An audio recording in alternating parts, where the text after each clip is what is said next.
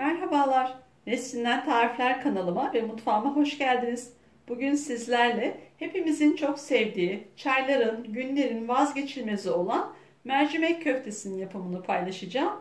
Şimdi yapımına geçelim. Mercimek köftesi için malzemelerimiz 2 su bardağı 200 mililitrelik su bardağıyla kırmızı mercimeğimiz var. 1 su bardağı ince bulgur, kısırlık bulgur, domates salçası, biber salçası, soğan, sarımsak, zeytinyağı, yeşilliklerimiz var. Kıvırcık, maydanoz, soğan ve limonumuz var. Şimdi mercimeklerimizi bol suyla iyice yıkayarak mercimek köftemizin yapımına başlayalım. Yıkadığımız mercimeklerimizi pişireceğimiz tenceremize alalım. Aynı bardak ölçüsüyle sıcak kettle'da kaynattığım 4 bardak suyumu da alıyorum içerisine. Üzerine ilave ediyorum. Daha çabuk olsun diye sıcak su koyuyorum. Soğuk su da koyabilirsiniz.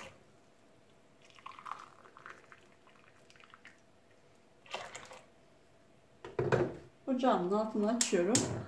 Ve artık mercimeğimi pişmeye bırakıyorum. Mercimeğimiz haşlanırken biz de yeşilliklerimizi doğrayıp hazırlayalım. Şöyle maydanozlarımızı ince ince kıyalım.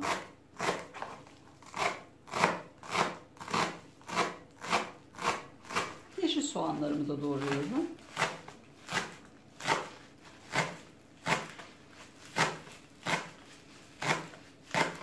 Şimdi kontrol edelim. 5 dakikada hemen gördüğünüz gibi suyu bitmiş. Mercimekler iyice dağılmış bile. Bazen mercimeklerin cinsine göre fark edebilir. Yerli mercimek veya ithal mercimekte. Eğer mercimeğiniz 4 su bardağında su koyduğunuz halde pişmemişse biraz daha su ilavesi yapabilirsiniz. Ama benimki gördüğünüz gibi hemen pişmiş bile. Suyunu çeksin, hemen altını kapatacağım. Tekrar kontrol ettim. Artık bu yeterli suyu ve pişme derecesi. Şimdi bulgurumuzu da koyunca iyice çekecek zaten. Şimdi altını kapatıyorum ocağımın ve bulgurumu ilave ediyorum.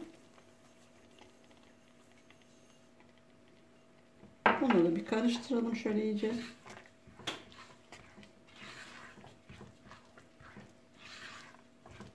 Sıcağıyla mercimeğin içindeki suyuyla birlikte bulgurumuz da iyice şişecek. İyice karıştırdım. Altını kapattım. Ağzını da kapatıyorum. Ve bulgurumun da şişmesi için biraz 5-10 dakika bekliyorum. Şimdi de kuru soğanımız var, 1 adet. Büyükçe bir soğan. Çok küçükse 2 tane de doğrayabilirsiniz. Ama benimki biraz büyük olduğu için 1 tane yeterli. Bir diş sarımsağımız da var. Şöyle üzerine basalım. Onu da ince ince kıyalım.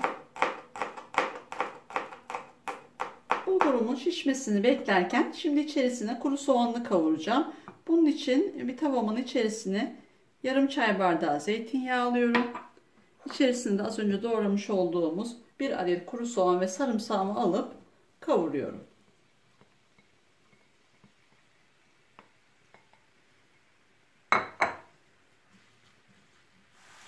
Soğanım biraz kavruldu. Şimdi içerisine şöyle 1 çay kaşığı kırmızı toz biber atıyorum. Onu da bir kavuruyorum. İsterseniz acı pul biber de koyabilirsiniz. Ben acı koymuyorum. Siz isteğinize bağlı koyabilirsiniz. Şimdi salçalarımı ilave ediyorum. Domates ve biber salçalarımı dolu dolu birer kaşık şöyle.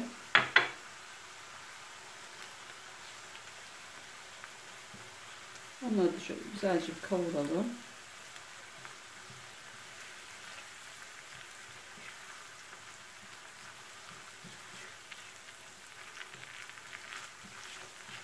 Benim salçalarım tuzsuz. Onun için 1 tatlı kaşığı önce bir atıyorum. Sonra bakacağım tadına, tuzuna. Ona göre ilave ederim gerekirse. Tuz atıyorum.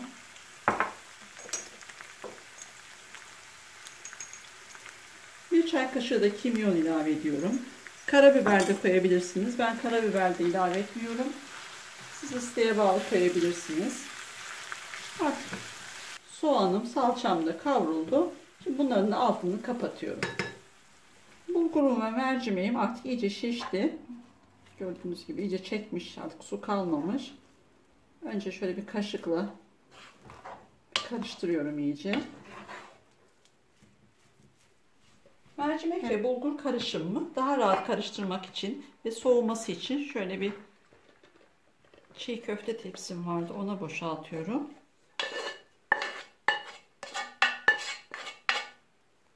Şöyle biraz açalım, biraz soğusun. Bulgurumu ve mercimeğin üzerine de kavurmuş olduğum salçamı, soğanımı ilave ediyorum.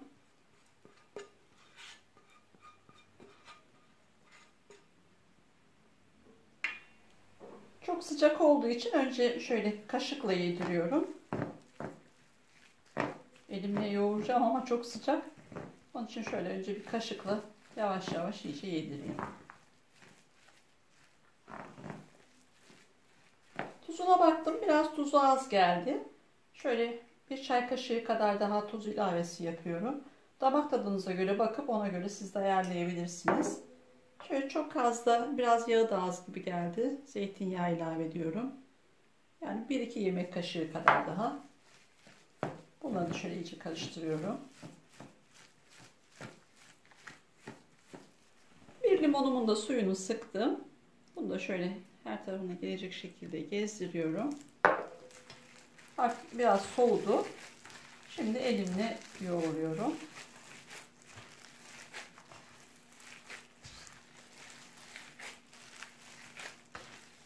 Daha hala sıcak. Yeşilliklerimi de ilave ediyorum. Soğan ve maydanozumu. Yeşilliklerimi de şöyle iyice bir karıştırıyorum. Tadına tuzuna baktım. Tam gelmiş. Damak tadınıza göre siz de ilave etmeniz gereken bir şey varsa ilave edebilirsiniz. Baharatlar tamamen acı. Kendi damak tadınıza göre, isteğinize göre ayarlayabilirsiniz.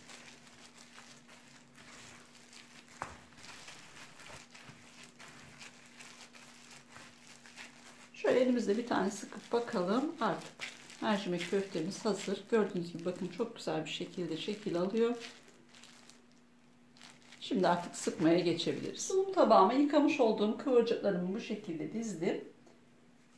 Şimdi artık mercimek köftemizi yapmaya geçebiliriz. İsterseniz böyle köfte gibi yuvarlayıp yapabilirsiniz. İsterseniz çiğ köfte gibi şu şekilde sıkıp hazırlayabilirsiniz. Ben sıkarak hazırlıyorum. İsteğinize bağlı. Siz hangini tercih ederseniz o şekilde hazırlayabilirsiniz. Çay saatlerinde, günlerde kendiniz evde de illa çay günü olması da şart değil. Canınız istediğinde çok çabuk yapıp pratik, bir o kadar da lezzetli bir yiyecek yapıp tüketebilirsiniz. Mercimek köftemizi hepsinin şeklini verdim. Gördüğünüz gibi harika oldu. Hem şekli hem lezzeti gerçekten muhteşem. Şimdi şöyle bir limon dilimleri de biraz süsleyelim.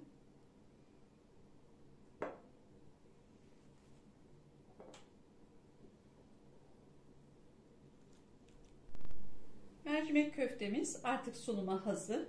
Şimdi bir tane şöyle hazırlayalım. Kıvırcığımızın arasına koyalım. Dileğin üstüne limon da sıkabilir şöyle. Ve afiyetle tüketebilir. Tüm deneyenlere şimdiden afiyet olsun. Kanalıma abone olup bana destek olursanız çok sevinirim. Başka bir tarifte görüşmek dileğiyle. Hoşça kalın.